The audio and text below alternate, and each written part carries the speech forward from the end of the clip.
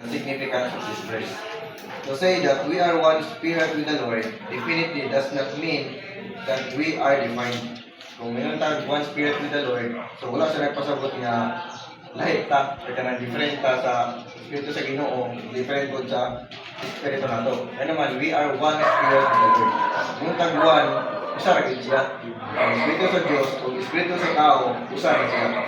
And however, it certainly does imply the mingling of the divine with humanity. So sa words daw sa hymn sa 501, may linya dito nga nag-ingon nga God mingled with humanity, live in me my all to be. So ang Diyos daw, nasagol siya, nagpuyo siya sa ano na itong espiritu, and in me my all to be. So ang atong Diyos sa kanan niyang pagkamao